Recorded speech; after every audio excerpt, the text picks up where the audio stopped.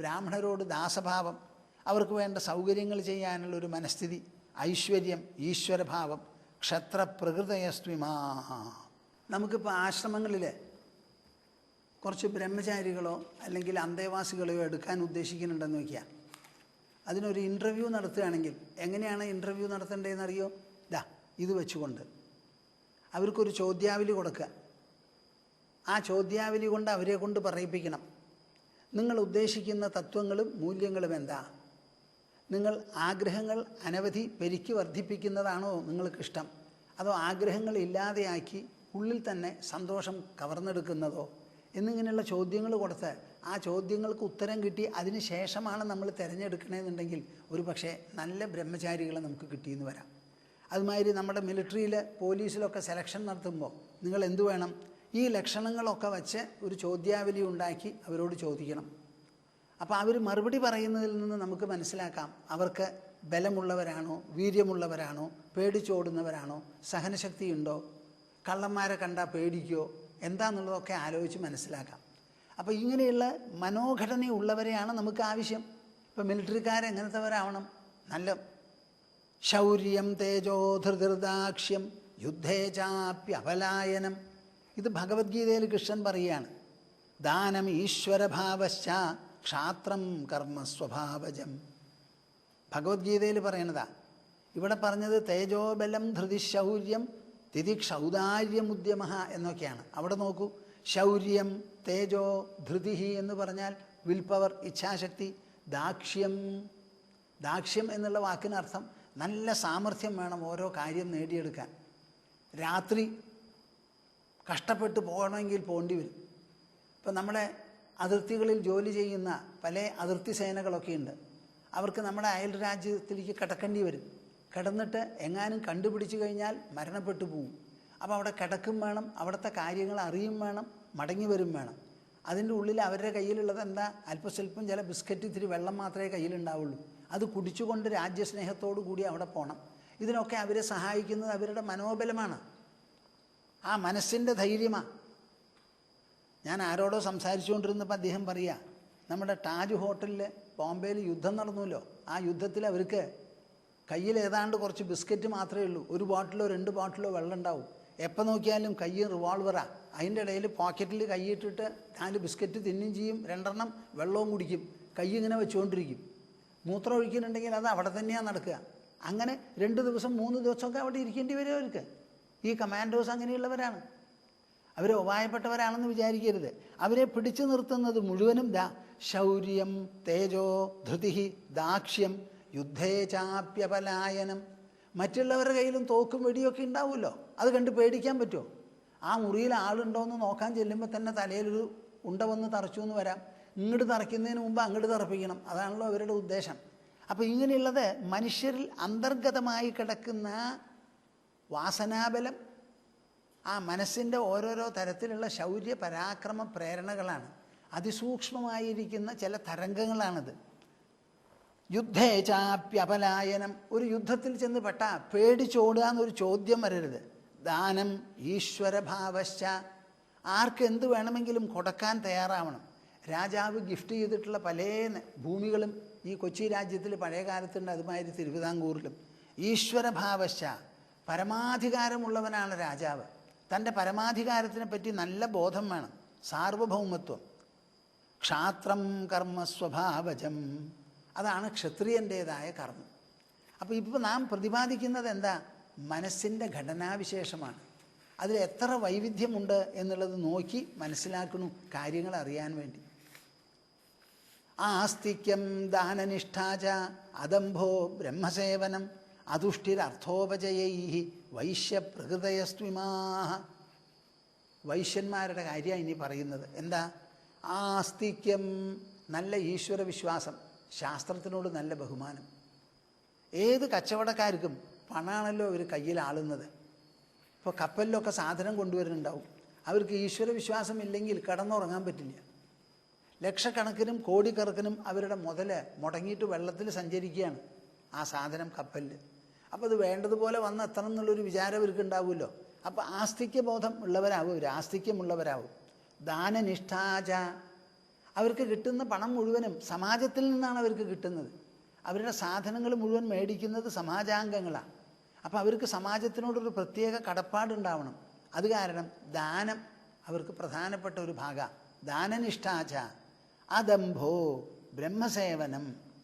അവർക്ക് ഒരു തരത്തിലും ഗർവ് പാടില്ല. കച്ചവടക്കാരനാണെങ്കിൽ ആരോടും നെഗോഷിയേറ്റ് ചെയ്യാൻ തയ്യാറായിട്ടുള്ള ഒരാളാവണം. ബ്രഹ്മസേവനം, ബ്രാഹ്മണരെ സേവിക്കുക. അവർക്കൊരു പക്ഷേ വലിയ തപസ്സും വ്രതവും ഒന്നും അനുഷ്ഠിക്കാൻ സാധിച്ചു എന്ന് വരില്ല. പക്ഷേ തപസ്സും വ്രതവും ഉള്ളവരെ ബഹുമാനിച്ച് സത്കരിച്ച് സേവിക്കുന്നത് അവരുടെ ഒരു സ്വഭാവമാണ്. അതുഷ്ടി അർത്ഥോപചയൈ. അവർക്ക് എത്ര പണം കിട്ടിയാലും സൗകര്യം കിട്ടിയാലും അതുകൊണ്ട് തൃപ്തിയായി എന്ന് വരില്ല. ഒരു കച്ചവടക്കാരൻ, ഒരു വ്യവസായി തനിക്ക് കിട്ടിയ പണം മതിയായി എന്ന് പറയുമോ എപ്പോഴെങ്കിലും? 500 കോടി ഉറുപ്പികയുടെ ഒരു സ്ഥാപനമാണെന്നുണ്ടെന്നുണ്ടെങ്കിൽ ഉടനെ പ്ലാൻ ഇട്ടു 2 കൊല്ലം കൊണ്ട് അത് 1000 കോടിയാക്കണം. 1000 കോടിയായ തൃപ്തി ഉണ്ടോ? എനിക്കിപ്പോൾ 1000 കോടിയായി, നെക്സ്റ്റ് ഒറ്റ ഡീൽ 2000 ആക്കാൻ വല്ല വഴിയുണ്ടോ എന്ന് ആലോചിക്കുക.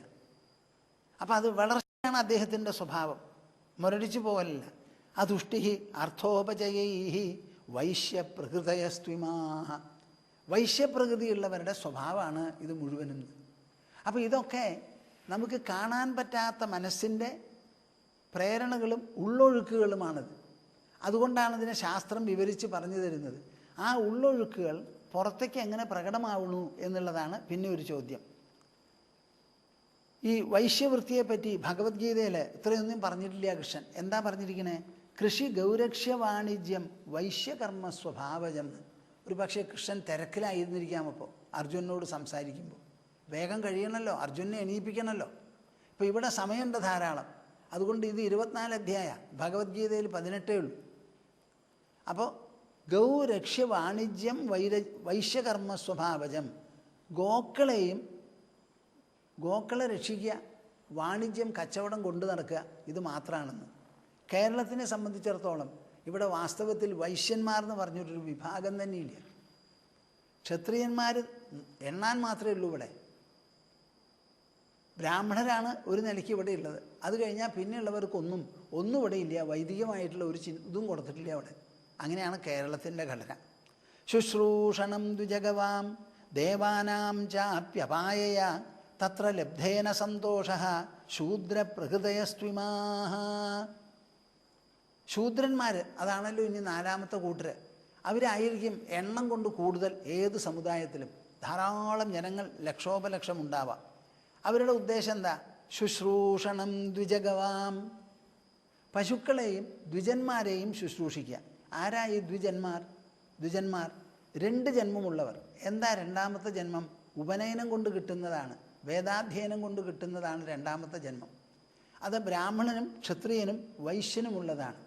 അതുകൊണ്ട് 3 പേരെയും കൂട്ടിച്ചേർത്താണ് ദ്വിജൻ എന്നുള്ള വാക്ക് ഉപയോഗിക്കുന്നത്. ബ്രാഹ്മണരെ മാത്രം സൂചിപ്പിക്കുന്നതാണ് വിപ്രശബ്ദം. ശുശ്രൂഷണം ദ്വിജഗവാം ദേവാനാം ചാപ്യമായയ. അപ്പോൾ ദ്വിജന്മാരെയും എന്ന് പറഞ്ഞാൽ ബ്രാഹ്മണ ക്ഷത്രിയ വൈശ്യന്മാരെയും പശുക്കളെയും ദേവാനാം ചാപ്യമായയ, അതുമാതിരി ദേവന്മാരെയും അമായയ, ഒരു കാപട്യവും കളവും ചതിയും ഇല്ലാതെ ദുരഭിമാനമില്ലാതെ അവരെ സേവനം ചെയ്യുക, ശുശ്രൂഷിക്കുക. ഇതാണ് ശൂദ്രന്മാരുടെ സ്വഭാവം. തത്ര ലബ്ധേന സന്തോഷ. അങ്ങനെ ചെയ്യുന്നത് കൊണ്ട് അവർക്ക് എന്ത് കിട്ടണോ ആ കിട്ടുന്നതിൽ അവർക്ക് സന്തോഷമുണ്ട്. തത്ര ലബ്ധേന സന്തോഷ ശൂദ്രപ്രകൃതയസ്ത്വിമാഃ. ഇതാണ് ശൂദ്രലക്ഷണമുള്ളവരുടെ സ്വഭാവങ്ങൾ. ശങ്കരാചാര്യർ ഭജഗോവിന്ദത്തിൽ പറഞ്ഞിട്ടുണ്ട്, യൽ ലഭസേ നിജ കർമ്മോപാത്തം വിത്തം തേന വിനോദയ ചിത്തം. അദ്ദേഹം എല്ലാവർക്കും കൂടി പാടിയതാ. അന്ന് പാടി കേൾപ്പിച്ചത് ഒരു ബ്രാഹ്മണനെ ആയിരുന്നു. ബനാറസിലിരുന്ന് തപസ് ചെയ്യുന്ന ഒരു ബ്രാഹ്മണൻ. ആ സമയത്ത് മുകളിൽ നിന്ന് ഒരു പാമ്പഴഞ്ഞ് വരുന്നുണ്ടത്രേ. അത് അദ്ദേഹം കണ്ടിട്ടില്ല. വ്യാകരണം പഠിച്ചുകൊണ്ടിരിക്കുക. അപ്പം അദ്ദേഹത്തിന് നോക്കി ഉപദേശിക്കുകയാണ്, യല്ലഭസേ നിജ കർമ്മോപാത്തം വിത്തം തേന വിനോദയ ചിത്തം.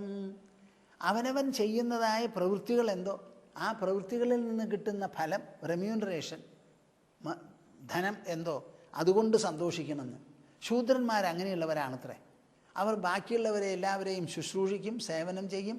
വ്യവസായത്തിലാണെങ്കിൽ അതിന് സഹായിക്കും, ബ്രാഹ്മണ വൃത്തിക്കാണെങ്കിൽ അതിന് സഹായിക്കും. യാഗസാമഗ്രികളൊക്കെ ശേഖരിച്ച് കൊണ്ടുവന്ന് കൊടുക്കാൻ വൈശ്യന്മാരുടെ കച്ചവടം, കൃഷി അതിനാണെങ്കിലും സഹായിക്കും. അങ്ങനെ സഹായിച്ച് അവർക്ക് കിട്ടുന്ന വേതനങ്ങളോ മറ്റ് പ്രതിഫലങ്ങളോ എന്തുണ്ടോ അതുകൊണ്ട് അവർ സന്തോഷമായിട്ട് കഴിഞ്ഞുകൂടും. ബാക്കിയുള്ളവർ സ്വയം തപസ് ചെയ്യുന്നുണ്ടെങ്കിൽ ശൂദ്രന്മാർ അവരെ സേവനം ചെയ്യുന്ന തപസ്സാണ് അവർക്കുള്ളത്, അതുകൊണ്ടാണ് അവർക്ക് കിട്ടുക. ഇനി ഇത് പറഞ്ഞതിന് ശേഷം പറയുകയാണ്, ഇത് കൂടാതെ ഒരു കൂട്ടരുണ്ട്, എല്ലാവരും ഇതിൽ പെട്ടവരാണെന്ന് വിചാരിക്കരുത്. സമാജം വളരെ സങ്കീർണമാണ്, അനന്തമാണ്, വിവിധമാണ്. അതിൽ ഈ ലക്ഷണങ്ങളില്ലാത്തവരും ഉണ്ടാവാം. അവരെ എന്ത് പറയണു? അന്തേവസായിനാം. ആ സമാജത്തിൻ്റെ ഏറ്റവും താഴ്ന്ന പടിയിലുള്ള കൂട്ടർ. അവരുടെ ലക്ഷണങ്ങൾ എന്താ? വേറെ ഒന്നാ. അശൗചം, അനൃതം, സ്ഥേയം, നാസ്തിക്യം, ശുഷ്കവിഗ്രഹ, കാമ, ക്രോധശ്ച, തർഷശ്ച സ്വഭാവോ അന്തേവസായിനാം. കണ്ടുവോ എത്ര സമഗ്രമായിട്ട് പറയണമെന്ന്? ഈ ലോകത്തിലുള്ളവരെല്ലാവരും ഈ പറഞ്ഞതിലൊന്നും ദോഷമായിട്ടുള്ള ഒരു വശവുമില്ല. ബ്രാഹ്മണൻ, ക്ഷത്രിയൻ, വൈശ്യൻ, ശൂദ്രൻ എന്ന 4 സ്വഭാവത്തിനെ വിവരിക്കുമ്പോൾ അവിടെ ഒന്നിനൊന്ന് ഉപോദ്ബലകമായി പാരസ്പര്യത്തോടെ അന്യോന്യപൂരകമായിരിക്കുന്ന ഗുണലക്ഷണങ്ങളും പ്രവൃത്തികളുമായാണ് അവിടെ വിവരിക്കുന്നത്. ഇവിടെ പറയണു ഇതിലൊന്നും പെടാത്തൊരു കൂട്ടരുണ്ട്. അവരാരാ? അശൗചം, വൃത്തി ഉണ്ടാവില്ല. വൃത്തിയോടുകൂടി ഇരിക്കാൻ പറഞ്ഞാൽ സമ്മതിക്കൂല അവർ. അനൃതം, നുണയെ പറയുള്ളൂ. സ്ഥേയം, കളവ് ചെയ്യും. നാസ്തിക്യം, ഈശ്വരവിശ്വാസമില്ല. ശുഷ്കവിഗ്രഹ, വേണ്ടാതെ വഴക്ക് കൂടും, വെക്കാണം കൂടും.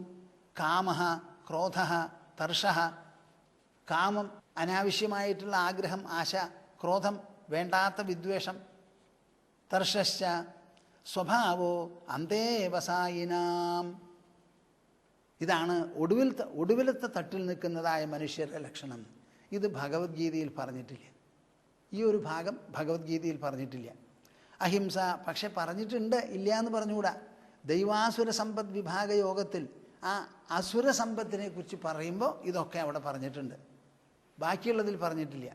അഹിംസ, സത്യമസ്തേയം, അകാമക്രോധലോഭത, ഭൂതപ്രിയ ഹിതേഹാച, ധർമ്മോയം സാർവവർണിക. ഇതാണ് ഈ ഭാഗവതത്തിൻ്റെ വിശേഷം. എന്താ അവിടെ പറയുന്നത്?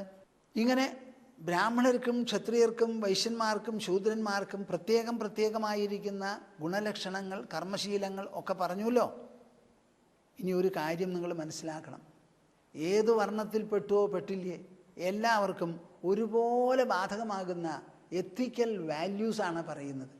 അഹിംസ, സത്യമസ്തേയം, അകാമക്രോധലോഭത. അഹിംസ, ഒരാളെയും ഉപദ്രവിക്കാതിരിക്കുക. ഉപദ്രവം എന്ന് പറഞ്ഞാൽ എന്താ? മനസ്സുകൊണ്ട് മറ്റൊരാൾക്ക് വിപരീതമായിട്ടുള്ള ഒരു ചിന്തയും നമ്മൾ ചിന്തിക്കരുത്. വായ കൊണ്ട് പറയരുത്, കൈകാലുകൊണ്ട് പ്രവർത്തിക്കരുത്. അങ്ങനെ നിരുപദ്രവമായിരിക്കുന്ന ഒരു സ്വഭാവമാണ് നമ്മൾ വളർത്തിയെടുക്കേണ്ടത്, ഉപകാരം ചെയ്തില്ലെങ്കിൽ പോലും. അഹിംസ, സത്യം. സത്യത്തിന് പിന്നെ വ്യാഖ്യാനിക്കേണ്ട ആവശ്യമില്ല. ഉള്ളതുപോലെ ഉണർത്തിക്കുന്നതാണ് സത്യം. അസ്തേയം, മറ്റൊരുത്തൻ്റെ മുതൽ എങ്ങനെ നോക്കിയാലും നമ്മൾ കടന്നുകൂടരുത് എന്നുള്ളൊരു നിർബന്ധം. നമുക്ക് അർഹപ്പെട്ടതും നാം ജോലി ചെയ്തോ മറ്റൊരു പ്രകാരത്തിൽ സമ്പാദിച്ചിട്ടുള്ളതും ആയ സ്വത്ത് മതി. വാസ്തവത്തിൽ പിതൃസ്വത്തും കൂടി നമുക്ക് പാടില്ല. കല്യാണം കഴിച്ചതിൽ നിന്ന് കിട്ടുന്ന സ്വത്ത് തീരെ മോശം. അവനവൻ സ്വന്തം കൈകാലുകൊണ്ട് സമ്പാദിച്ചിട്ട് വേണം നമുക്ക് വേണ്ട ധനം സമ്പാദിക്കാൻ, ധനം നേടാൻ. സത്യമസ്തേയം, അകാമക്രോധലോഭത. കാമം, ക്രോധം, ലോഭം എന്ന് പറയുന്നത് നരകത്തിലേക്കുള്ള 3 വാതിലാന്നാണ് പറഞ്ഞിരിക്കുന്നത്. കാമക്രോധസ്തഥാ ലോഭ തസ്മാത് ഏതത്രയം ത്യജേത്. ഭഗവത്ഗീതയിൽ പറയുകയാണ്. ഭഗവത്ഗീത അടിമുടി പറയുന്നത് കാമക്രോധവിയുക്താനാം രാഗദ്വേഷവിയുക്താനാം വീതരാഗഭയക്രോധ എന്നിങ്ങനെയുള്ള ശബ്ദങ്ങളാണ് ഭഗവത്ഗീതയിൽ. അപ്പോൾ കാമമില്ലാതെ, ക്രോധമില്ലാതെ, ലോഭമില്ലാതെ ഇരിക്കുക. ഭൂതപ്രിയഹിതേഹാച, എല്ലാ ഭൂതങ്ങളോടും മനസ്സിലൊരു സ്നേഹവും സന്തോഷവും തോന്നണം. അവർക്ക് എന്തെങ്കിലും നന്മയോ ഹിതമോ ചെയ്യുന്നതിൽ താല്പര്യവും വേണം. ഒരു ഉണങ്ങുന്ന ചെടി കണ്ടാൽ ഒരു കുടം വെള്ളം അല്ലെങ്കിൽ ഒരു ബക്കറ്റ് വെള്ളം അതിനൊഴിക്കാൻ തോന്നണം. ഒരു തെണ്ടി നടക്കുന്ന നായ പോലും നമ്മുടെ വീട്ടിലേക്ക് വന്നാൽ നിങ്ങളാരും വിളിച്ചു വരുത്തണ്ട, അത് വിശന്നിട്ട് വന്നാൽ അതിനിത്തിരി ഭക്ഷണം കൊടുക്കണം. ഉറുമ്പിന് പോലും ഭക്ഷണം കഴിക്കുന്നതാണ് അരിപ്പൊടി കൊണ്ട് അണിയണത്. അപ്പോൾ വാസ്തവത്തിൽ നമ്മുടെ മനസ്സിലെ അന്യഭൂതങ്ങളോട് വളരെ സ്നേഹവും അവരോട് ഹിതം, അവർക്ക് താല്പര്യം എന്തോ അത് നടത്താനും അതിൽപ്പെട്ടതാണ് prevention of cruelty to animals എന്നൊക്കെ പറയുന്നത്. എത്ര പക്ഷികളോ ജീവജാലങ്ങളോ ഉണ്ടോ ഒരൊറ്റെണ്ണത്തിനെ കൊന്ന് നാമാവശേഷമാക്കരുത്. സർവ്വതിനും ഇവിടെ ജീവിക്കാൻ സാധിക്കണം. മലേഷ്യയിൽ ഞാൻ പോയപ്പോൾ അവിടെ ഒരു വെറ്റ്ലാൻഡ് പ്രോജക്റ്റിലേക്ക് എന്നെ കൂട്ടിക്കൊണ്ടുപോയി നടത്തിക്കൊണ്ടിരുന്ന മുരളി. അതെന്താണെന്ന് വെച്ചാൽ ഈ ടിൻ അതായിരുന്നു മലേഷ്യയിൽ ധാരാളം. ആ ടിന്നൊക്കെ എടുത്ത് ആ ടിൻ മുഴുവനും കഴിഞ്ഞു. അതിന് ശേഷമാണ് അവർ റബ്ബർ വയ്ക്കാനും പാം ഓയിലിന് പാം ട്രീസ് വയ്ക്കാനും ഒക്കെ തുടങ്ങിയത്. ടിന്നൊക്കെ കുഴിച്ചെടുത്ത് അവിടുത്തെ വെള്ളമൊക്കെ കേടുവന്ന് സർവ്വതും തകരാറായപ്പോൾ അവിടെയുള്ള പക്ഷികളടക്കം എല്ലാം സ്ഥലം വിട്ടുപോയി. ഈ വെറ്റ്ലാൻഡ് പ്രോജക്റ്റിൽ എന്താ, അതൊക്കെ തിരിച്ചു പിടിച്ച് അവിടെ സസ്യങ്ങളൊക്കെ വളർത്തിയുണ്ടാക്കി, വൃക്ഷങ്ങളൊക്കെ വളർത്തിയുണ്ടാക്കി, പ്രകൃതിയുടെ ആ സാമഞ്ജസ്യം കുറേ കൂടി വളർത്തിയപ്പോൾ ഈ പോയ പക്ഷികളൊക്കെ കുറേശ്ശായിട്ട് തിരിച്ചു വന്നിരിക്കും. അല്ലെങ്കിൽ അവർക്ക് കുടിക്കാൻ അവിടെ വെള്ളമില്ല, ഒക്കെ വിഷം കലർന്ന. അങ്ങനെ ഓരോന്ന് ചെയ്തു കൊണ്ടുവരികയാണ്. അപ്പോൾ ഇത് വളരെ പ്രധാനമാണ്. നിങ്ങൾ വിചാരിക്കരുത് ഭൂമിയിൽ മനുഷ്യർ മാത്രം മതിയെന്ന്. നമ്മൾക്ക് ജീവിക്കണമെങ്കിൽ ഇവിടെ സസ്യലതാദികൾ വേണം. അതുപോലെ നമ്മൾക്ക് ജീവിക്കണമെങ്കിൽ പലതരത്തിലുള്ള പക്ഷികളും മറ്റ് മൃഗരാശികളും നമുക്ക് ആവശ്യമാണ്. എല്ലാറ്റിനും ഇവിടെ സമമാണ് അവകാശം. അത് മനസ്സിലാക്കി പ്രിയഹിതേഹാച. ശ്രീകൃഷ്ണൻ ഗീതയിൽ പറയുന്നത് എന്താ? സർവഭൂതഹിതേരഥാണ്. എല്ലാ ഭൂതങ്ങളുടെ ഹിതത്തിലും താല്പര്യമുണ്ടാവണം നമ്മൾക്ക്. 2 തവണ ഉപയോഗിച്ചിട്ടുണ്ട് കൃഷ്ണൻ ഈ വാക്ക്. അവിടെ പറയുന്നു ഭൂതപ്രിയഹിതേഹാച ധർമ്മോയം സാർവവർണിക. എല്ലാ വർണ്ണത്തിലും പെട്ടവർക്ക് ഒരുപോലെ അഭ്യസിക്കേണ്ടതും നിലനിർത്തേണ്ടതും നിർബന്ധപൂർവം അനുധാവനം ചെയ്യേണ്ടതുമായ ലക്ഷണങ്ങളും സ്വാധീനങ്ങളുമാണിത്. മനുസ്മൃതിയിൽ എന്താ അദ്ദേഹം പറഞ്ഞിരിക്കുന്നത്? അഹിംസ സത്യം അസ്തേയം ശൗചം ഇന്ദ്രിയ നിഗ്രഹ ഏതത് സാമാസികം ധർമ്മം ചാതുർവർണ്യേ അബ്രവീൻ മനു. അഹിംസ, സത്യം, അസ്തേയം ഇതൊക്കെ ഞാൻ വിവരിച്ചതാണ്. ശൗചം ഇന്ദ്രിയ നിഗ്രഹ, ഇന്ദ്രിയങ്ങളെ നിയന്ത്രിക്കുക. ഇങ്ങനെ 5 കൂട്ടം കാര്യങ്ങളാണ് എല്ലാ വർണ്ണത്തിൽപ്പെട്ടവർക്കും സ്വാഭാവികമായിട്ടുള്ളത്. ഒരു കാര്യം പറയാനുണ്ട്. എന്താ അത്? ഓരോന്ന് പറഞ്ഞു വന്നുല്ലോ. ബ്രഹ്മചര്യം, ആശ്രമങ്ങളെപ്പറ്റി വർണ്ണങ്ങളെപ്പറ്റി പറഞ്ഞ് ആശ്രമങ്ങളെപ്പറ്റി പറയാൻ പുറപ്പെടുകയാണ്. ആദ്യത്തെ ആശ്രമമാണ് ബ്രഹ്മചര്യം. ദ്വിതീയം പ്രാപ്യാനുപൂർവ്യാത് ജന്മോപനയനം ദ്വിജഃ വസൻ ഗുരുകുലേദാന്തോ ബ്രഹ്മാധീത ചാഹുതഃ. നിങ്ങളെല്ലാവരും ഇത് ശ്രദ്ധ വെച്ച് കേൾക്കുന്നുണ്ടോ പ്രേക്ഷകരെ? എനിക്ക് സംശയം തോന്നുക. വർണ്ണാശ്രമധർമ്മങ്ങളെപ്പറ്റി പറയണം, കേൾക്കണം എന്നൊക്കെ പറഞ്ഞു. ഇതിങ്ങനെ വായിച്ചും പറഞ്ഞും പോകുന്ന സമയത്ത് നിങ്ങളുടെ മനസ്സിൽ എന്താ തോന്നുന്നത്? സ്വാമിജി ഇതൊക്കെ പറയണു, ഇതൊരു പഴംപുരാണല്ലേ? അതോ ഇത് എറ്റേണൽ ശാശ്വതമായിരിക്കുന്ന സത്യങ്ങളും മൂല്യങ്ങളുമായി തോന്നുന്നുണ്ടോ? മനുഷ്യരാശിയുടെ ഘടന അത് ശാശ്വതമായി നല്ലപോലെ നിലനിൽക്കാനുള്ള ഒരു വ്യവസ്ഥയാണ് ഇവിടെ പ്രതിപാദിക്കുന്നത്.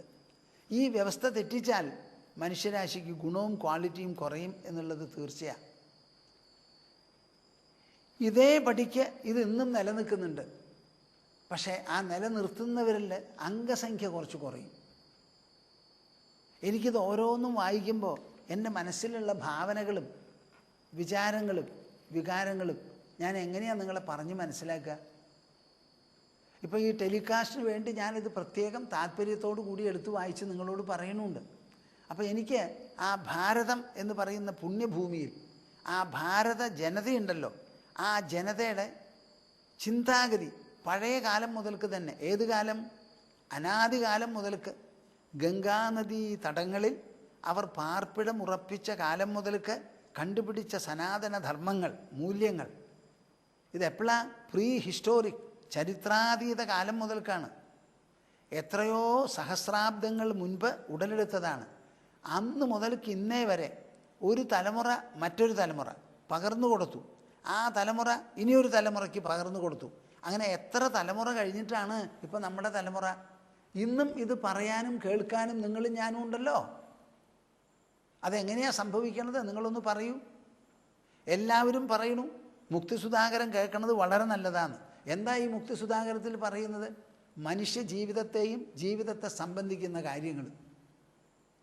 നമുക്ക് ജീവിതത്തെ സംബന്ധിക്കാത്ത എന്ത് കാര്യങ്ങളാണ് വേണ്ടിയുള്ളത്? ഒക്കെ നമ്മുടെ ജീവിതത്തെ സംബന്ധിക്കുന്നതല്ലേ.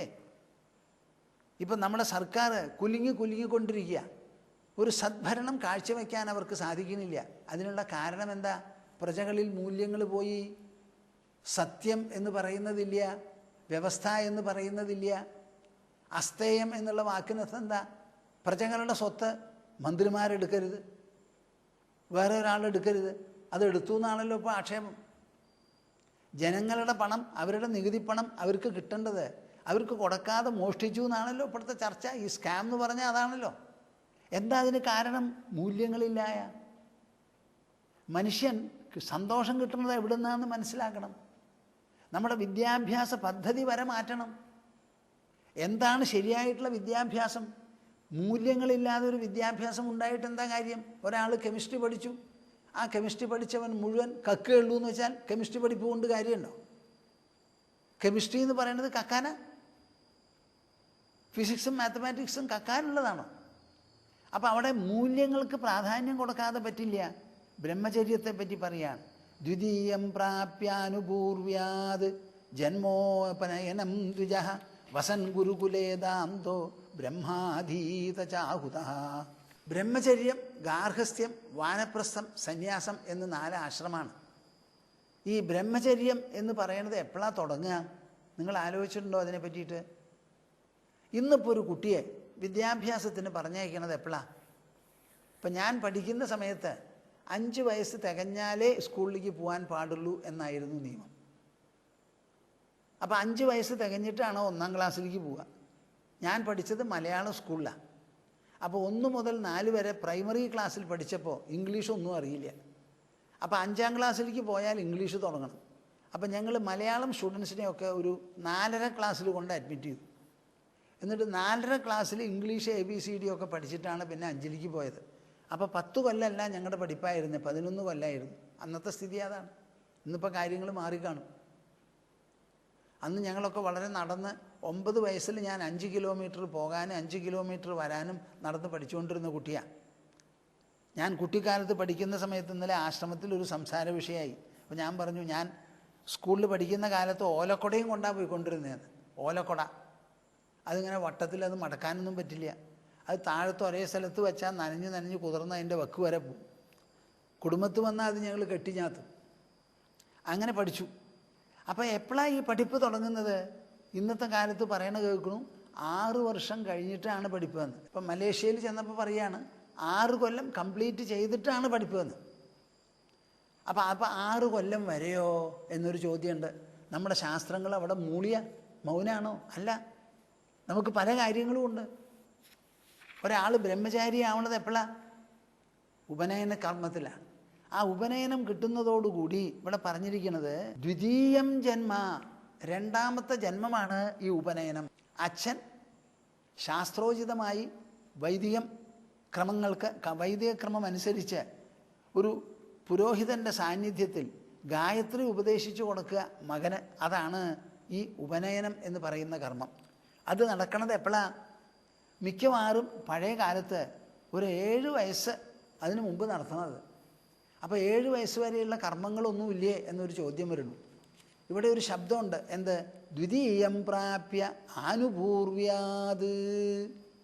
എന്താ ഈ ആനുപൂർവ്യാത് എന്ന് പറഞ്ഞ വാക്കിന് അർത്ഥം? ഈ 2ാം ജന്മമായിരിക്കുന്ന ഉപനയനം കിട്ടുന്നത് വരെ, അത് നടക്കുന്നത് വരെ ആ കുട്ടിക്ക് മുറപ്രകാരമുള്ള ബാക്കിയുള്ള സംസ്കാരങ്ങൾ നടത്തിയിട്ടുണ്ടാവണം.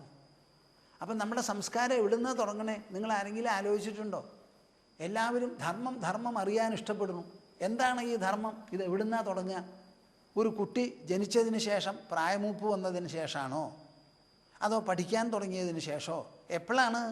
നടക്കാൻ തുടങ്ങുമ്പോഴോ? സംസാരിക്കാൻ തുടങ്ങുമ്പോഴോ? നിങ്ങൾ ആലോചിച്ചിട്ടുണ്ടോ? അപ്പം നമുക്ക് കുട്ടിയുടെ ജനനം നടക്കുന്നത് കുറച്ച് ശേഷമാണ്.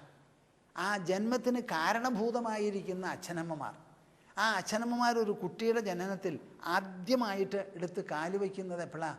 ഗർഭാധാനമാണത്. ഗർഭാധാനം. ഇപ്പം നമ്മൾ എന്താ വിചാരിച്ചിരിക്കണത്? ഒരു ആൺകുട്ടിയും ഒരു പെൺകുട്ടിയും കൂടി കല്യാണം കഴിച്ചു. അവരെന്നിട്ട് ഹണിമൂണിന് എവിടൊക്കെയോ പോയി. കുറച്ച് കാലം കഴിഞ്ഞു, എന്തോ ചില ലക്ഷണങ്ങൾ, മാസക്കുളിയൊക്കെ തെറ്റി ഡോക്ടറെ അടുത്ത് പോയപ്പോൾ പ്രഗ്നൻസി ഉണ്ടെന്ന് പറഞ്ഞു.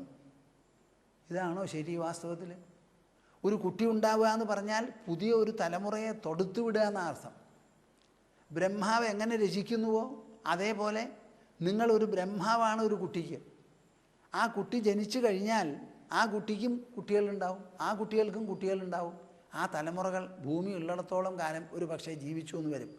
അങ്ങനെ ഒരു പുതിയ തലമുറയ്ക്ക് നിങ്ങൾ കുറിപ്പ് കുറിക്കുമ്പോൾ, തുടക്കം കുറിക്കുമ്പോൾ, ആ കുറിക്കുന്നതിന് വല്ല പ്രാധാന്യം ഉണ്ടോ എന്ന് നിങ്ങൾ തന്നെ ഒന്ന് ആലോചിച്ച് നോക്കൂ.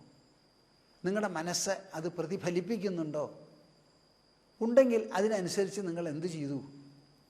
ഈ ഭാര്യ ഗർഭം ധരിച്ചത് വെറും ശാരീരികമായിരിക്കുന്ന ഒരു പ്രക്രിയയായിരുന്നുവോ, അതോ അത് വിട്ട് അതിൽ മനസ്സിനെയും ബുദ്ധിയെയും ഹൃദയത്തെയും ബാധിക്കുന്നത് വല്ലതുമുണ്ടോ? അപ്പോൾ ഇവിടെ നമ്മുടെ സംസ്കാരം 16 എണ്ണാണ്. ഇതിന് ഷോഡശ സംസ്കാരങ്ങൾ എന്നാണ് പറയുക. ഷോഡശം എന്ന് പറഞ്ഞാൽ 16. അത് എപ്പോഴാണ് തുടങ്ങുന്നത്? ഗർഭാധാനം. ഗർഭം ആധാനം ചെയ്യല. അവിടെ പുരുഷൻ സ്ത്രീയുടെ ഗർഭത്തിന് അങ്ങോട്ട് കൊടുക്കുക. ഗർഭം എന്നുള്ള വാക്കിന് എന്താ അർത്ഥം? ഗർഭപാത്രം എന്നല്ല ഗർഭത്തിനർത്ഥം. ആ ഗർഭപാത്രത്തിൽ ഗർഭം പ്രദാനം ചെയ്യുക എന്ന് പറഞ്ഞാൽ തൻ്റെ ശരീരത്തിൽ നിന്ന് ഒരു ബീജം, രേതസ്സിൽ നിന്നൊരംശം ആ ഗർഭപാത്രത്തിൽ പതിച്ച് അത് അണ്ടത്തോടു കൂടി കണ്ടുമുട്ടി അതിന് ആ ഗർഭം, ഫെർട്ടിലൈസേഷൻ എന്ന് പറയുന്നത് തുടങ്ങുക. അത് സ്ത്രീയുടെ അണ്ടമാണ് ഗർഭത്തിന് പ്രധാനപ്പെട്ട കാരണമെങ്കിലും ആ അണ്ടം സ്വയം ഗർഭം ധരിക്കില്ല. അതിനൊരു പുരുഷ സംയോഗം ആവശ്യമുണ്ട്. അപ്പോൾ താൻ അതിനു വേണ്ട ഒരു ബീജം നൽകുന്നു എന്ന് പറയുമ്പോൾ ആ ബീജം എവിടുന്നാണ് പോവുക? ശാരീരികമായി നമ്മുടെ ശരീരത്തിൻ്റെ ഒരംഗത്തിൽ നിന്ന് പോകണം. എന്നാൽ അതിന് ആ ഭൗതികമായിട്ടുള്ള ബയോളജിക്കൽ വാല്യൂ മാത്രമേ ഉള്ളൂ? അതോ അതിൻ്റെ ഉള്ളിൽ സൈക്കോളജിക്കലായി മാനസവും ബൗദ്ധവും അവിടെ നിങ്ങളുടെ അധ്യാത്മവുമായിട്ടുള്ള ചില ഭാഗങ്ങളുണ്ടോ? ഉണ്ടെങ്കിൽ അതിനു വേണ്ടി നിങ്ങൾ എന്തു ചെയ്യണു? അപ്പോൾ ഒരു സ്ത്രീ പുരുഷ സംയോഗം വെറും ശാരീരിക സംസർഗം മാത്രമാണോ? അതോ അതിൽ ഗർഭം ധരിക്കാൻ പോകുന്നുണ്ടെങ്കിൽ ആ ഗർഭത്തിനെ കുറിച്ച് എന്തെങ്കിലും ഒരു സങ്കല്പമോ ഒരു ഭാവമോ ഒരു ഉദ്ദേശമോ നിങ്ങൾക്കുണ്ടോ എന്നുള്ളതാണ് ചോദ്യം. അപ്പം നമ്മുടെ ഷോഡശ സംസ്കാരത്തിൽ ആദ്യമായി തുടങ്ങുന്നത് ഗർഭാധാനമാണ്. നമ്മളിവിടെ ചർച്ച ചെയ്യാൻ പോകുന്നത് ബ്രഹ്മചര്യാശ്രമത്തെ പറ്റിയാണ്. ആ ബ്രഹ്മചര്യാശ്രമം തുടങ്ങുന്നത് എപ്പോഴാണ്? 6 or 7 വയസ്സിലാണ് തുടങ്ങുന്നത്.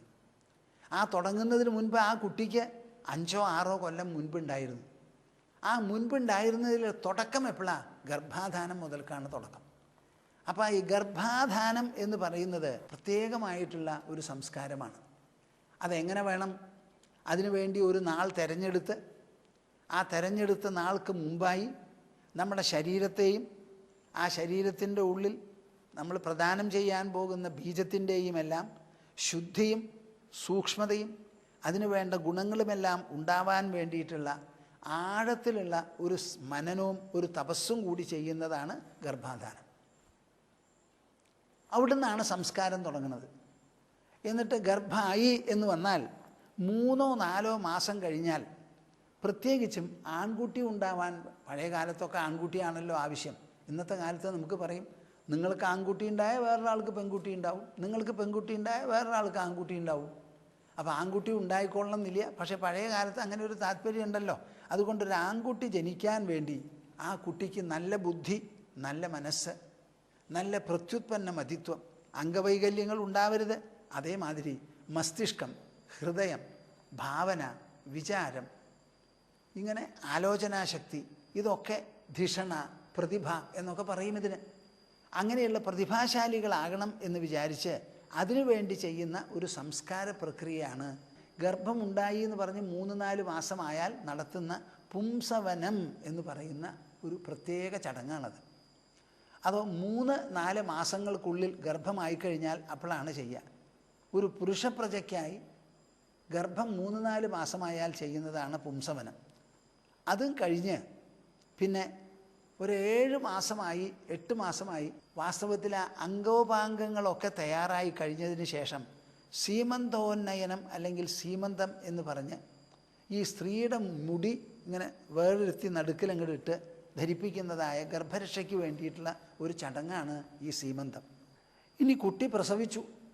പ്രസവിച്ചതിന് ശേഷം പൊക്കിൾക്കൊടി മുറിക്കുന്നതിന് മുൻപ് വേണം ജാതകർമ്മം എന്ന് പറഞ്ഞിട്ടുള്ള ഒരു ചടങ്ങ് വൈദികമായി നടത്താൻ.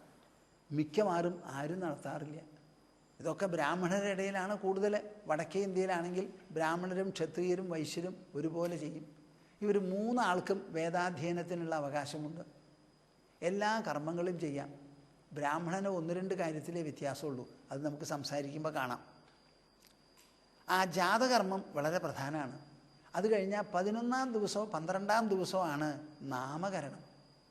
അതും ഒരു ചടങ്ങാണ്. 4 മാസം ആവുമ്പോഴേക്കും ഈ കുട്ടിയെ ആദ്യമായിട്ട് പുറത്തേക്ക് എടുത്ത് കൊണ്ടുപോയി വേണ്ടപ്പെട്ടവരെയെല്ലാം കാണിച്ചു കൊടുത്ത്, ആ കുട്ടി ഉള്ളിലാണല്ലോ, പ്രസവിച്ച് കഴിഞ്ഞിട്ടുള്ള മുറിയിലാണ് കിടക്കുക. തട്ട് മാത്രമേ ഉള്ളൂ. അവിടെ തന്നെ കുളിപ്പിക്കും, അമ്മയുടെ കൂടെ കിടക്കും. അതിന് വേറെ ഒന്നും ചെയ്യാൻ പറ്റില്ല. ആദ്യമായിട്ട് ആ കുട്ടിയെ പുറം കാറ്റും പുറം വെളിച്ചവും കാണിക്കാൻ കൊണ്ടുപോകുന്നതാണ് നിഷ്ക്രമണം എന്ന് പറയുന്ന 6ാമത്തെ ചടങ്ങ് ഷോഡശ സംസ്കാരത്തിൽ. അവരെല്ലാവരും കുട്ടിയെ കണ്ടു നല്ലപോലെ കാണും. ചിലവരൊന്നെങ്കിലും ഒന്ന് കൊഞ്ചും, നല്ല വാക്ക് പറയും, ഒന്ന് ആശീർവദിക്കും. പിന്നെ അത് കഴിഞ്ഞാൽ 6ാം മാസം ആവുമ്പോഴേക്കും ചെയ്യേണ്ടതാണ് അന്നപ്രാശനം. അന്നപ്രാശനം എന്ന് പറയുന്നത് എന്താ? ആ കുട്ടി അതുവരെ സ്തന്യം, മുലപ്പാൽ മാത്രമേ കഴിക്കുള്ളൂ, ലിക്വിഡ് ആയിട്ടുള്ള ഫുഡ്. 6 മാസം ആയിക്കഴിഞ്ഞാൽ ആദ്യമായിട്ട് അതിന് കട്ടിയുള്ളത് ഖരാഹാരം കൊടുക്കണം. അതിപ്പോൾ എല്ലാവരും ചെയ്യാറുണ്ട്. ഒരുമാതിരി ആൾക്കാരൊക്കെ ചോറൂണിന് വേണ്ടി ഗുരുവായൂരിലും മറ്റു സ്ഥലത്തും പോവാറുണ്ട്. പിന്നെ അതും കഴിഞ്ഞു, കുട്ടിക്ക് പ്രായമായി. ഇതൊക്കെ 1 കൊല്ലത്തിനുള്ളിൽ നടക്കുന്ന കാര്യമാണ്. 1 കൊല്ലം കഴിഞ്ഞ് 2 കൊല്ലം കഴിഞ്ഞ് 3 കൊല്ലം കഴിഞ്ഞ് തലമുടി തുടരുത്. അതൊക്കെ വളർന്നോട്ടെ അതിൻ്റെ പാട്ടിൽ. 3ാമത്തെ വയസ്സാവുമ്പോൾ, 7 വയസ്സിന് മുമ്പായിട്ട് 3ാം വയസ്സിൽ ആ കുട്ടിക്ക് നടത്തേണ്ടതാണ് ചൂടാകരണം അല്ലെങ്കിൽ ചൗളം കുടുമ എന്ന് പറയുന്ന ഒരു ചടങ്ങ്. തലമുടി മുറിക്കുക. അതിൽ ശിഖ മാത്രമേ കുറച്ച് ബാക്കി വയ്ക്കുള്ളൂ. ആ സമയത്ത് ചിലപ്പോൾ വിദ്യാരംഭവും നമുക്ക് നടത്താം എന്നാണ് പ്രമാണം. ഇതിൻ്റെ ഇടയിൽ 9ാമത്തെ ഒരു ചടങ്ങാണ് കാതുകുത്തൽ, കർണവേദം. അത് കഴിഞ്ഞാണ് 10ാമത്തെ ചടങ്ങാണ് ഉപനയനം. അതാണ് ഇവിടെ കൃഷ്ണൻ പറയണത്. ദ്വിതീയം പ്രാപ്യാനുപൂർവ്യാത് ജന്മോപനയനം ദ്വിജഃ വസൻ ഗുരുകുലേദാന്തോ ബ്രഹ്മാധീത ചാഹുത. ദ്വിതീയം ജന്മ ഉപനയനം ജന്മ. ആ ഉപനയനം നൽകിക്കഴിഞ്ഞാൽ ഒരു 2ാം ജന്മമായി. അതുവരെ കുട്ടിക്ക് എച്ചിലില്ല, വറ്റില്ല, അമ്മയുടെ കൂടെ കിടക്കും. മലമൂത്ര വിസർജനം ചെയ്താൽ അത് ശ്രദ്ധിക്കില്ല, കഴുകില്ല, അങ്ങനെയൊക്കെയാണ്. ഈ ഉപനയനം അങ്ങോട്ട് കഴിഞ്ഞാൽ പ്രകൃതം മാറി. അപ്പോൾ കുട്ടിക്ക് സ്വന്തം ഒരു ബോധമുണ്ടായി. വൃത്തിയോടും വെടുപ്പോടും കൂടിയിരിക്കണം, എൻ്റെ വായിൽ നിന്ന് നല്ല ഉച്ചാരണങ്ങൾ പുറപ്പെടണം എന്ന് തോന്നുമ്പോഴാണ് ഈ ഉപനയനം നടത്തുക.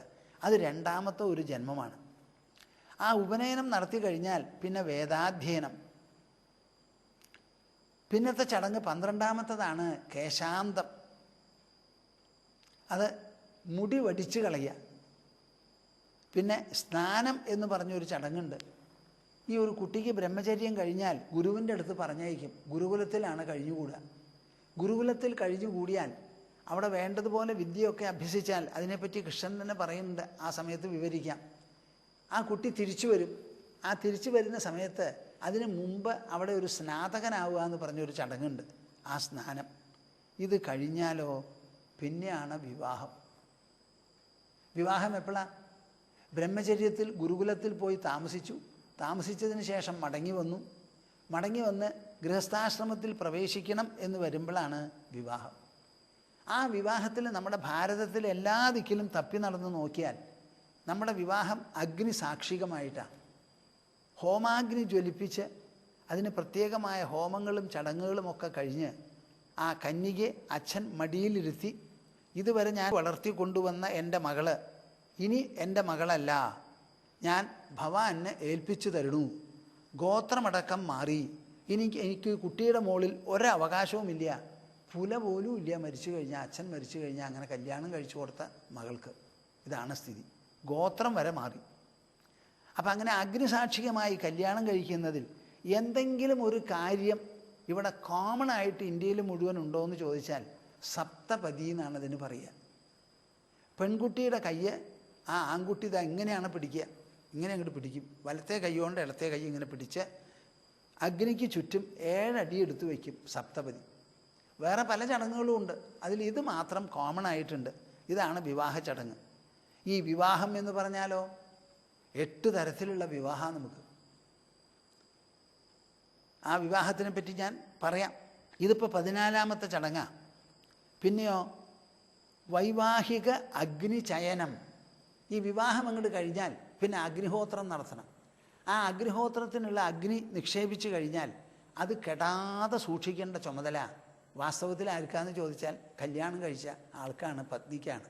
എങ്ങാനും അഗ്നി കെട്ടു എന്ന് വെച്ചാൽ അവരുടെ പാതിവൃത്യം ലംഘിച്ചു എന്നാണത്രേ അതിന് പ്രമാണം, തെളിവ്. അപ്പം അത് വളരെ പ്രധാനമാണ്. ഒരു മൺപാത്രത്തിൽ അതിന് വേണ്ട സാധനങ്ങളൊക്കെ ഇട്ട് തീ പിടിപ്പിച്ച് ആ തീ കെടാതെ നോക്കണം. ചിലപ്പോൾ ഭർത്താവ് വിദൂരത്തിലേക്കൊക്കെ പോയി എന്ന് വരാം, മടങ്ങി വരാൻ താമസമായി എന്ന് വരാം. അപ്പോഴൊക്കെ ഈ കെടാതെ ഈ നോക്കണം. ആ കെട്ടുറപ്പ് നോക്കൂ ഭാര്യാഭർത്താക്കന്മാർ തമ്മിൽ. അത് കഴിഞ്ഞ് ആ ഹോമകുണ്ഡം നിർമ്മാണമൊക്കെ കഴിഞ്ഞ് അഗ്നി വച്ചതിന് ശേഷം അവസാനത്തെ 16ാമത്തെ സംസ്കാരമാണ് ഈ ആൾ മരിച്ചു പോയി കഴിഞ്ഞാൽ അന്ത്യേഷ്ടി എന്ന് പറയുന്ന അപരക്രിയകൾ. ഇങ്ങനെ 16 എണ്ണം കൂടിയതാണ് ഹിന്ദു ധർമാനുഷ്ഠാനം എന്ന് പ്രേക്ഷകരെ നിങ്ങളെല്ലാവരും നല്ലതുപോലെ മനസ്സിലാക്കും. ഇപ്പോൾ ഹിന്ദുക്കളാരാ? ഹിന്ദുധർമ്മം എന്താ? സനാതനധർമ്മം എന്താ എന്ന് ചോദിച്ചാൽ ഗർഭാധാനം മുതൽക്ക് തുടങ്ങി മരിച്ചതിന് ശേഷം അന്ത്യേഷ്ടി എന്നുള്ള നിലയ്ക്ക് ബാക്കിയുള്ളവർ നമ്മൾ വളർത്തിക്കൊണ്ടുവന്നിട്ടുള്ളതായ അഗ്നിയൊക്കെ ഉണ്ടല്ലോ, ഇനി അത് പരിരക്ഷിക്കാൻ അവിടെ ആളുണ്ടാവില്ല. അപ്പോൾ അതിനൊരു പരിസമാപനം എന്നുള്ള നിലയ്ക്ക് ബാക്കിയുള്ളവർ മരിച്ചുപോയ ശരീരത്തെ ഡിസ്പോസ് ചെയ്യാൻ വേണ്ടി ചെയ്യുന്ന അപരക്രിയകളാണ് അന്ത്യേഷ്ടി. ഒന്നും കൂടി ഞാൻ പറയാം. ഗർഭാധാനം, പുംസവനം, സീമന്തം, ജാതകർമ്മം, നാമകരണം, നിഷ്ക്രമണം, അന്നപ്രാശനം, ചൂടാകരണം, കർണവേദം, ഉപനയനം, വേദാധ്യയനം, കേശാന്തം, സ്നാനം, വിവാഹം, വൈവാഹിക അഗ്നിചയനം, ആനാഗ്നിചയനം അല്ലെങ്കിൽ അന്ത്യേഷ്ടി. ഇങ്ങനെ 16 ധർമ്മങ്ങളാണ്. ആ 16 ധർമ്മങ്ങളിൽ ആദ്യമുള്ളത് 9 എണ്ണം കഴിഞ്ഞ് 10ാമത്തതിൽ വരുമ്പോൾ ആനുപൂർവ്യാത് ജന്മോപനയനം ദ്വിജഃ. 2ാം ജന്മമായിരിക്കുന്ന ഉപനയനം ദ്വിജൻ. വസൻ ഗുരുകുലേദാന്തോ ബ്രഹ്മാധീത ചാഹുതഃ.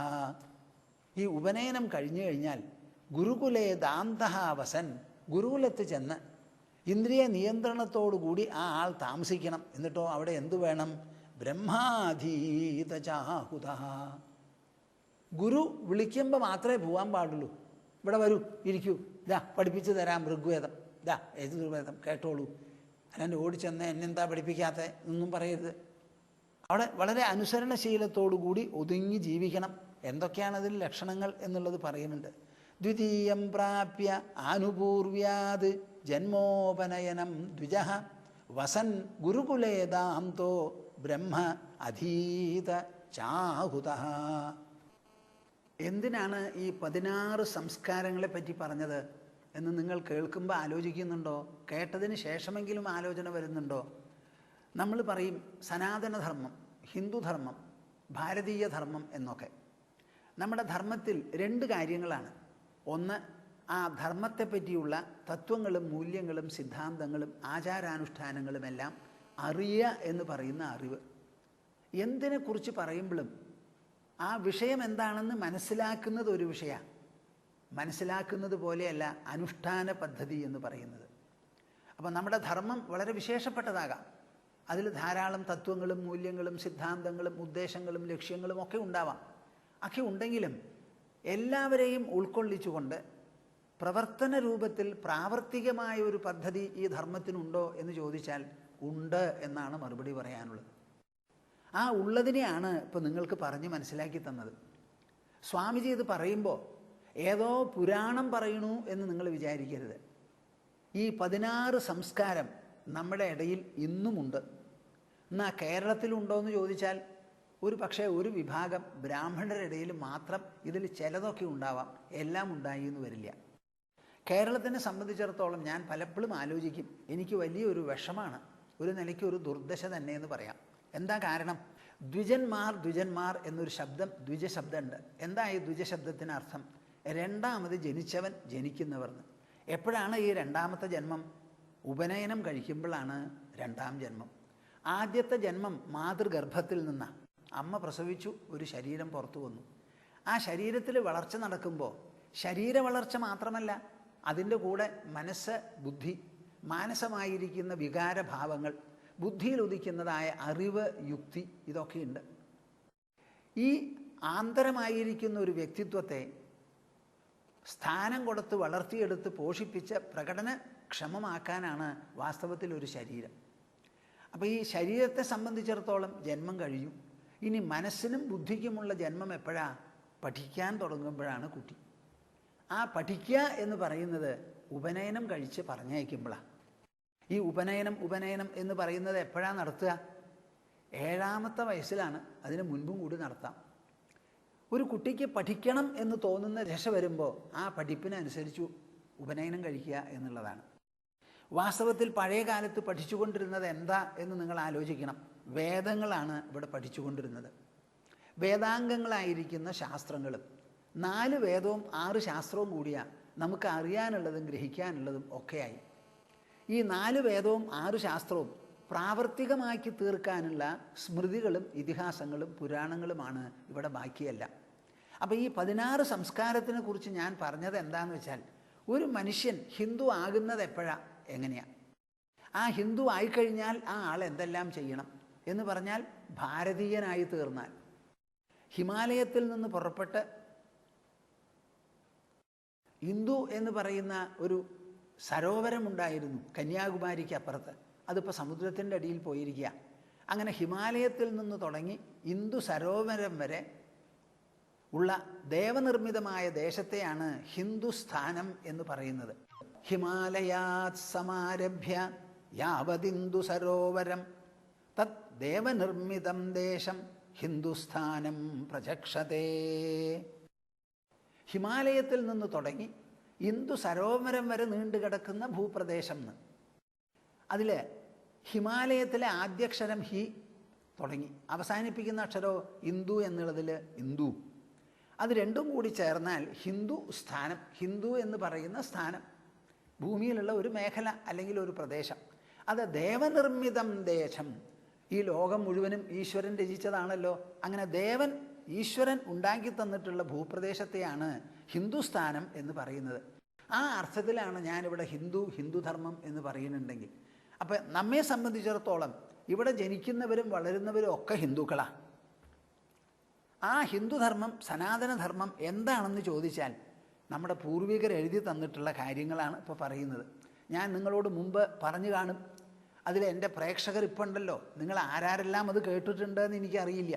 പക്ഷെ ഞാൻ പറഞ്ഞത് എന്താ, നമ്മുടെ മുൻപിലിരിക്കുന്നതായ ശ്രീമദ് ഭാഗവതം എന്ന് പറയുന്ന മഹത് ശാസ്ത്രം ഇന്നും ഇന്നലെയും ഉണ്ടായതോ എഴുതിയതോ അല്ല. 6ാം നൂറ്റാണ്ടിൽ 1400 കൊല്ലം മുൻപ് ദക്ഷിണേന്ത്യയിൽ രചിച്ചതാണിത് എന്നാണ് പണ്ഡിതന്മാർ പറയുന്നത്. അതിനു മുൻപ് ശ്രീമദ് ഭാഗവതം ഉണ്ടായിരുന്നില്ലേ? ഉണ്ടായിരുന്നു. സംക്ഷിപ്ത രൂപത്തിലോ ചെറിയ ഒരു വ്യത്യാസത്തിലോ ഉണ്ടായിക്കാണും. വിഷ്ണു പുരാണം എന്ന് കേട്ടിട്ടില്ലേ നിങ്ങൾ?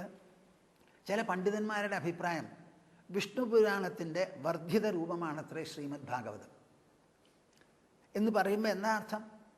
നമ്മളിപ്പോൾ വായിക്കുന്ന ശ്രീമദ് ഭാഗവതം 1400-ലേറെ വർഷം പഴക്കമുണ്ട്. എന്നാൽ അതിൻ്റെ ഉള്ളിലുള്ള ഉള്ളടക്കം, അതിൻ്റെ രൂപരേഖ വേദകാലം മുതൽക്ക് പ്രാബല്യത്തിലുള്ളതാണ്. കാലാന്തരത്തിൽ പല മാറ്റങ്ങളും എല്ലാ കാര്യത്തിലും വരുമല്ലോ, അതുമാതിരി വന്നിട്ടുള്ളതാണ്. അതുമാത്രമല്ല, ശ്രീമദ് ഭാഗവതം പോലെ അടുത്ത കാലത്ത് എഴുതി അവസാനിപ്പിച്ച ഒരു ഗ്രന്ഥം നമ്മുടെ കയ്യിൽ വേറെയില്ല. 1400 കൊല്ലം മുൻപ് എഴുതിയതാണ്. അത് വിട്ടെഴുതിയിട്ടുള്ള ശാസ്ത്രഗ്രന്ഥങ്ങളുണ്ടോ എന്നുള്ള കാര്യം സംശയമാണ്. ഈ ശ്രീമദ് ഭാഗവതം ഇത് നമ്മുടെ അടുത്ത് ഈ മാതിരി കാര്യങ്ങൾ പറഞ്ഞ് മനസ്സിലാക്കുമ്പോൾ നിങ്ങൾ എന്താ ഗ്രഹിക്കേണ്ടത്? ഇത് മുഴുവനും ഇവിടെ അനുഷ്ഠാന രൂപത്തിലുള്ള കാര്യങ്ങളാണ്. ഒരു കാര്യം നിങ്ങൾ മനസ്സിലാക്കണം.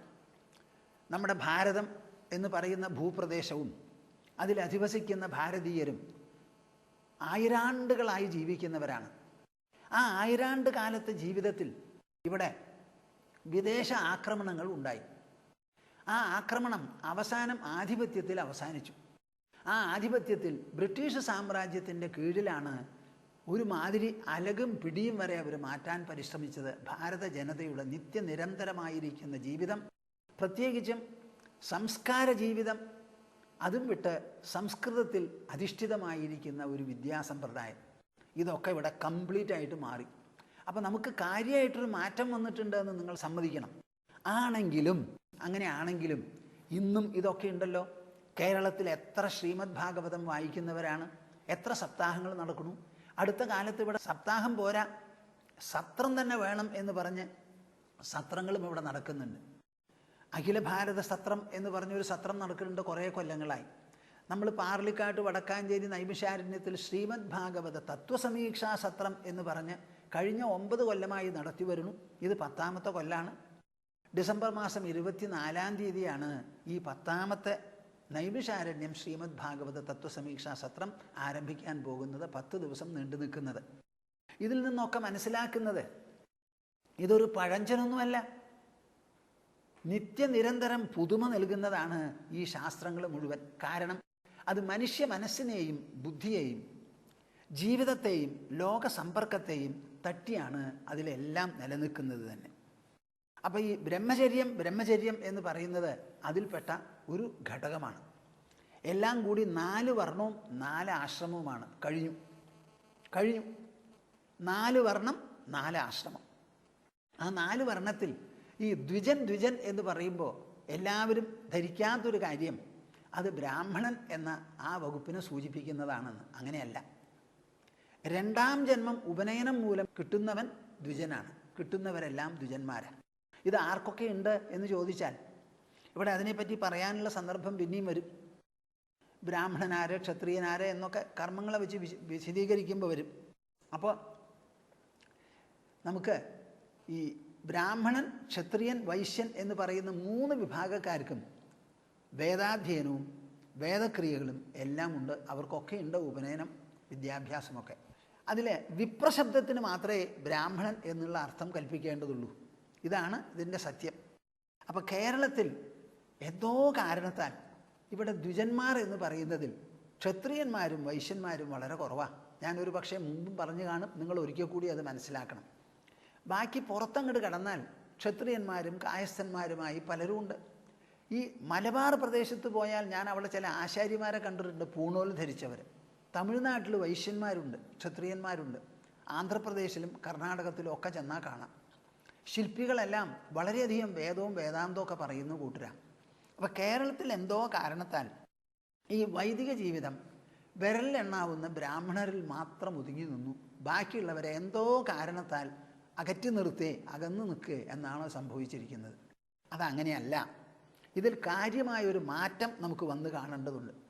ഈ 16 സംസ്കാരം ആർക്കാർക്കെല്ലാം വേണം എന്ന് തോന്നുന്നുവോ അവർക്കൊക്കെ ഇത് ലഭ്യമാണ്. ഇത് ലഭ്യമാക്കണം. നമ്മുടെ ജീവിതത്തിൽ ഒരു ചിട്ട വേണം, ഒരുറപ്പ് വേണം. ആ ജീവിതത്തെ ഒരു അനുഷ്ഠാനമാക്കി തീർക്കണം. വല്ല വിധവും മൃഗങ്ങൾ ജീവിക്കുന്നത് പോലെ ജീവിച്ചാൽ പോരാ. നമുക്കൊരു കൃത്യം, ഒരു നിഷ്ഠ, ജീവിതത്തിന് ഉത്തമോത്തമമായിരിക്കുന്ന അലംഘ്യമായ ഒരു ലക്ഷ്യം വേണം. നമ്മുടെ നിത്യനിരന്തരമായ ജീവിതം നാം ലൗകികമായും ഭൗതികമായും പലതും ചെയ്യുന്നുണ്ട്, അനുഭവിക്കുന്നുണ്ട്, ഉപയോഗിക്കുന്നുണ്ട് എന്നുണ്ടെങ്കിലും ആന്തരമായി നാം എല്ലാം ചേതനാത്മകമായിരിക്കുന്ന ഒരു മനസ്സും ബുദ്ധിയും അഹങ്കാരവുമാണ്. ഈ 3ഉം ഭൗതികമല്ല, മാറ്ററല്ല, എനർജിയല്ല. അങ്ങനെ വരുമ്പോൾ നമ്മുടെ ജീവിതത്തിൽ ഒരു ദിവ്യത്വം എന്നും നിലനിൽക്കുന്നു. അതിനനുസരിച്ച് ആ ദിവ്യത്വത്തെ പരിരക്ഷിക്കാൻ വേണ്ടി ചിലതെല്ലാം വേണം എന്ന് വിചാരിച്ചിട്ടാണ് ഈ ക്ഷേത്രങ്ങളും തീർത്ഥാടനങ്ങളും പുണ്യ ദിവസങ്ങളും പുണ്യ അനുഷ്ഠാനങ്ങളും ഒക്കെ നമ്മൾ ഉൾക്കൊള്ളിച്ചിട്ടുള്ളത്. അത് വേണ്ടതുപോലെ മനസ്സിലാക്കി ഈ ഷോഡശ സംസ്കാരങ്ങളെല്ലാം തന്നെ മുഴുവനില്ലെങ്കിലും ഏതെല്ലാം സാധിക്കുമോ അത് നിങ്ങൾ ആർക്ക് വേണമെങ്കിലും സ്വീകരിക്കാവുന്നതും അനുവർത്തിക്കാവുന്നതുമാണ് എന്നിതാ ഞാൻ ലോകം മുഴുവനും കേൾക്കത്തക്ക വിധത്തിൽ ഉറച്ച് ഉദ്ഘോഷിക്കുന്നു എല്ലാവർക്കും വേണ്ടി. ഇനി മിണ്ടിപ്പോവരുത് എനിക്ക് സംസ്കാരമില്ല. കഴിഞ്ഞതൊക്കെ പോട്ടെ, അതിനെപ്പറ്റി ആരും ചിന്തിക്കേണ്ട. ഇനി നിങ്ങൾക്ക് ആർക്കാർക്കെല്ലാം ഇത് വേണമെന്ന് തോന്നുന്നുവോ, ഇവിടുത്തെ ഒതുങ്ങി നിൽക്കുന്ന ബ്രാഹ്മണരിലും പല ചിന്താഗതിയിലും പല മാറ്റവും വന്നിട്ടുണ്ട്. അവരിപ്പോൾ ബാക്കിയുള്ളവർക്ക് തുറന്നു കൊടുക്കാമെന്ന് വിചാരിക്കുന്നു. ചിലർ ബാക്കിയുള്ളവരെ വേദം പഠിപ്പിക്കുന്നുണ്ട്. അനവധി ക്ഷേത്രങ്ങളിൽ അല്ലാത്തവർ പൂജയ്ക്ക് വരുന്നുണ്ട്. അങ്ങനെ പലതും ഉണ്ട്. പക്ഷേ ആ മാറ്റം വരുന്നുണ്ടെങ്കിൽ അത് ഈ ഷോഡശ സംസ്കാരത്തിലൂടെ വേണം എന്നാണ് എനിക്ക് നിർബന്ധിച്ച് പറയാനുള്ളത്. അത് വിട്ടുപോകരുത്. ഇല്ലത്തുനിന്ന് വിടും ചെയ്തു, അമ്മാത്തയ്ക്കൊട്ട് എത്തിയതുമില്ല എന്നുള്ള നിലയാവരുത്. ഏതെങ്കിലും ഒന്ന് നമുക്ക് വേണം. അതാണ് ഇവിടെ പറയുന്നത്. വസൻ ഗുരുകുലേദാം തോ ബ്രഹ്മ അധീതചാഹുതഃ. ഈ ബ്രഹ്മചര്യം എന്ന് പറയുന്നത് എന്താ? പഠിക്കാനുള്ളൊരവസരം. അത് പഴയ കാലത്തെ പഠിപ്പ് എങ്ങനെയായിരുന്നു? ഇന്നത്തെ കാലത്ത് പഠിപ്പ് എങ്ങനെയാണ്? കുട്ടികൾക്ക് പ്രായമായി, ഇന്നിപ്പോൾ എല്ലാവരും ഉദ്യോഗസ്ഥരാണ്. കുട്ടിക്ക് 2 വയസ്സായാലും 1 വയസ്സായാലും അത് നോക്കാനായിട്ടൊരാളെ ഏൽപ്പിച്ചിട്ടാണ് അവർ ഉദ്യോഗത്തിന് പോണത്. നമ്മുടെ പഴയ കാലത്ത് കുട്ടികളുടെ വളർച്ച വീട്ടിൽ നടന്ന് ഒരു 6-7 വയസ്സാകുമ്പോൾ മാത്രമേ ഉപനയനം കഴിച്ച് അങ്ങനെ ഗുരുവിൻ്റെ ഗൃഹത്തിലേക്ക് പറഞ്ഞയക്കുള്ളൂ. ഇന്നിപ്പോൾ അങ്ങനെയല്ല. 1 വയസ്സും 2 വയസ്സായ കുട്ടികളെ മുഴുവനും അവിടെ ഇവിടെയൊക്കെ കൊണ്ടാക്കി ചൈൽഡ് കെയറിലൊക്കെ കൊണ്ടാക്കിയിട്ട് പോവുക. ഇപ്പോൾ അംഗൻവാടികൾ എത്ര സ്ഥലത്തുണ്ട്? ഗ്രാമപ്രദേശത്തുണ്ട്. ഞങ്ങളുടെ ആശ്രമത്തിൽ നിന്ന് അംഗൻവാടിക്ക് വേണ്ടി കുറച്ച് സ്ഥലം വേണമെന്ന് പറഞ്ഞു. അപ്പോൾ ഒരു 2-3 സെൻറ്റ് സ്ഥലം ഞാൻ അതിന് മേടിച്ച് വിറ്റങ്ങോട്ട് കൊടുത്തു. അപ്പോൾ ഇപ്പോൾ അംഗൻവാടി ഇല്ലാതെ ഗ്രാമവാസികൾക്കും കൂടി കഴിയില്ല എന്നുള്ള നിലയാണ്. കുട്ടികൾ ജനിക്കുന്നത് അച്ഛനമ്മമാർക്ക്, നോക്കുന്നതോ വല്ലവരും വല്ലയിടത്തും. അതാണ് ഇപ്പോഴത്തെ നില. അപ്പോൾ നമ്മുടെ ബ്രഹ്മചര്യത്തിൽ എന്താ തെറ്റ്? നിങ്ങളൊന്ന് ആലോചിച്ച് നോക്കൂ. കുട്ടിയെ പഠിപ്പിക്കണം എന്ന് തീരുമാനിച്ചു. അപ്പോൾ അച്ഛനമ്മമാർ എന്ത് ചെയ്തു? അവരെ പഠിപ്പിക്കാൻ ഞങ്ങളെ കൊണ്ട് സാധിക്കില്ല. പഠനത്തിനൊരു അന്തരീക്ഷം വേണം, അത് നല്ല ശിക്ഷണം വേണം. ശിക്ഷണം ആർക്ക് നൽകാൻ സാധിക്കും? അത് നൽകാൻ സാധിക്കുന്ന മിടുക്കന്മാർക്കും പരിചയസമ്പന്നർക്കേ പറ്റുള്ളൂ. അപ്പോൾ എൻ്റെ കുട്ടി നന്നാവണം എന്നുണ്ടെങ്കിൽ എൻ്റെ ഹസ്തങ്ങളിൽ അവൻ നന്നാവില്ല. നന്നാവണമെങ്കിൽ അതിന് അധ്യാപകന്മാരെ ഏൽപ്പിക്കണം. അത് ഏൽപ്പിക്കണത് എങ്ങനെയാണ്? എൻ്റെ അടുത്തുനിന്ന് പോയി അധ്യാപകൻ്റെ ഗൃഹത്തിൽ തന്നെ താമസിച്ച് എല്ലാം പഠിച്ച് അവിടുത്തെ ജോലികളും കാര്യങ്ങളുമൊക്കെ ചെയ്ത് മിടുക്കനായിട്ട് മടങ്ങി വരണം. അറിവ് മാത്രം പോരാ, എല്ലാ തുറകളിലും, ജീവിതത്തിൻ്റെ എല്ലാ തുറകളിലും പ്രവർത്തിക്കാനുള്ള പരിശീലനം കൂടി വേണം എന്ന് പറഞ്ഞിട്ട് അയച്ചുകൊണ്ടിരുന്നത്. അപ്പോൾ ഈ ബ്രഹ്മചര്യം എന്ന് പറയുന്നത് വളരെ പ്രധാനപ്പെട്ട ഒരു കാര്യമാണ്, ഒരു കാലഘട്ടമാണത്. 4 ആശ്രമത്തിൽ തുടക്കം. അപ്പോൾ വർണ്ണം എന്ന് പറഞ്ഞപ്പോൾ 4 വർണ്ണങ്ങളായി. ഈ 4 വർണ്ണങ്ങൾ എങ്ങനെയാണ്? അത് ഞാൻ പറയുണ്ടായി. ഒരു ശരീരത്തിൻ്റെ ഘടന പോലെയാണ്. ശരീരത്തിൽ തലയുണ്ട്, കൈകളുണ്ട്, മാറിടമുണ്ട്, അത് കഴിഞ്ഞാൽ തുടയുണ്ട്, അരക്കെട്ടുണ്ട്, കാലുമുണ്ട്. ഇത് 4 തരത്തിലുള്ള പ്രവൃത്തികളാണ് ചെയ്യുന്നത്. അതെ, തല ഒരിക്കലും നിലത്ത് തൊടണില്ല. ഞാനാണെങ്കിൽ എപ്പോഴും നിലത്താ. എനിക്ക് കുറച്ചൊരു മാറ്റം വരണം, ഞാൻ ഇന്ന് നിലത്ത് ചവിട്ടാൻ കൂട്ടാക്കില്ല എന്ന് കാലടി പറഞ്ഞാൽ ശരിയാവുമോ? ശരിയാവില്ല. പറയണ ചോദ്യം വരുന്നുണ്ടോ? ഇല്ലേനും. അതേപോലെ ഈ ബ്രാഹ്മണൻ എന്ന് പറയുമ്പോൾ നിങ്ങൾ എന്തോന്ന് വിചാരിക്കണ്ട. ജന്മം കൊണ്ടുള്ളവരല്ല ബ്രാഹ്മണര്. ജന്മം കൊണ്ടാണെങ്കിൽ ഇത് പറയേണ്ട ആവശ്യമില്ലല്ലോ. ജന്മം കൊണ്ട് ആരും ബ്രാഹ്മണരാണെന്ന് പെട്ടെന്ന് പറഞ്ഞുകൂടാ. അവർക്ക് ബ്രാഹ്മണ സ്വഭാവമുണ്ടോ? ഞാനതിന് ബ്രഹ്മസ്വഭാവം എന്നാണ് പറയുക. ആ ബ്രഹ്മസ്വഭാവമുണ്ടോ എന്ന് കണ്ടുപിടിക്കാനുള്ള ലക്ഷണങ്ങളാണ് ഇവിടെ പറഞ്ഞിരിക്കുന്നത്.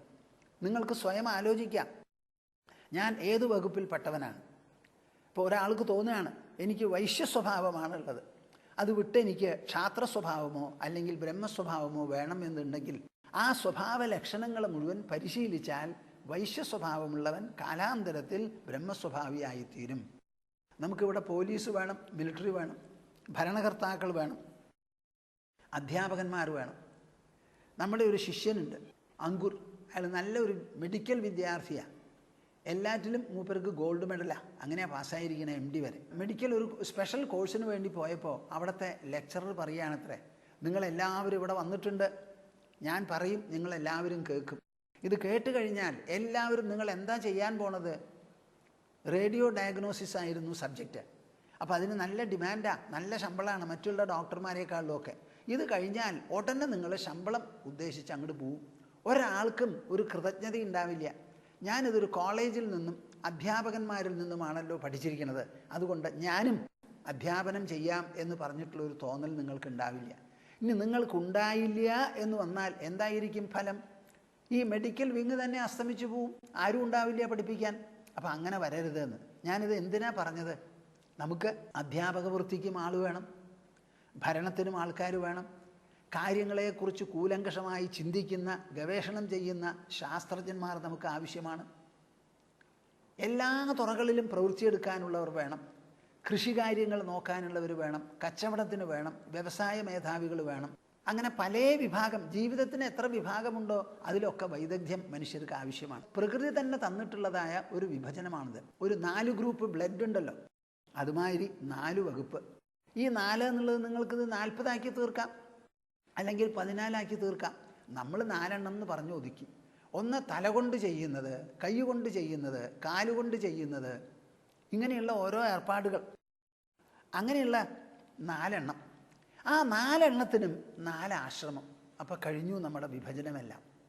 ആ 4 ആശ്രമത്തിൽ ആദ്യത്തെ ആശ്രമമാണ് പഠിക്കാനായി ഒഴിഞ്ഞു വച്ചിട്ടുള്ള ബ്രഹ്മചര്യം. ഇത് ആർക്കൊക്കെ? എല്ലാവർക്കും ഉണ്ട്. അപ്പോൾ കേരളത്തെ സംബന്ധിച്ചിടത്തോളം ഇവിടെ അല്പം ബ്രാഹ്മണർക്ക് മാത്രമേ ഈ ഉപനയനവും ഉള്ളൂ, ബാക്കിയുള്ള നിഷ്ഠകളും ഉള്ളൂ. ഇവിടുത്തെ കല്യാണം കൂടി വളരെ വിചിത്രമായിട്ടാണ് നടക്കുന്നത്. വൈദികാംശം ഒന്നും അതിൽ കാണില്ല. എങ്ങനെയാണ് ഇത്ര അധികം ജനങ്ങൾ? ബ്രാഹ്മണർ എത്രയുണ്ട്? വളരെ ചുരുക്കം പേര്. ബാക്കിയുള്ളവരാണല്ലോ കൂടുതൽ. അവരാണല്ലോ ജനസംഖ്യയിൽ ഭൂരിപക്ഷം. അപ്പം ഭൂരിപക്ഷം ജനതയ്ക്കും ഇല്ലാത്ത ഒരു സംസ്കാരം ഒരു ചെറിയ വകുപ്പിന് മാത്രം അവകാശപ്പെട്ട് പുലർത്തിയാൽ തന്നെ അതിന് എന്താണ് പ്രയോജനം? വിദ്യ എന്ന് പറയുന്നത് പറഞ്ഞു കൊടുക്കാനുള്ളതാണ്. അത് ആർക്ക് വേണമെന്ന് തോന്നുന്നോ അവർ വന്ന് പഠിക്കണം. വേണമെന്ന് തോന്നിയവനെ നിരസിക്കാൻ പാടില്ല, പ്രത്യേക കാരണങ്ങളില്ലെങ്കിൽ. അത് വളരെ ശ്രദ്ധേയമായിട്ട് ഗ്രഹിക്കേണ്ട കാര്യമാണ്.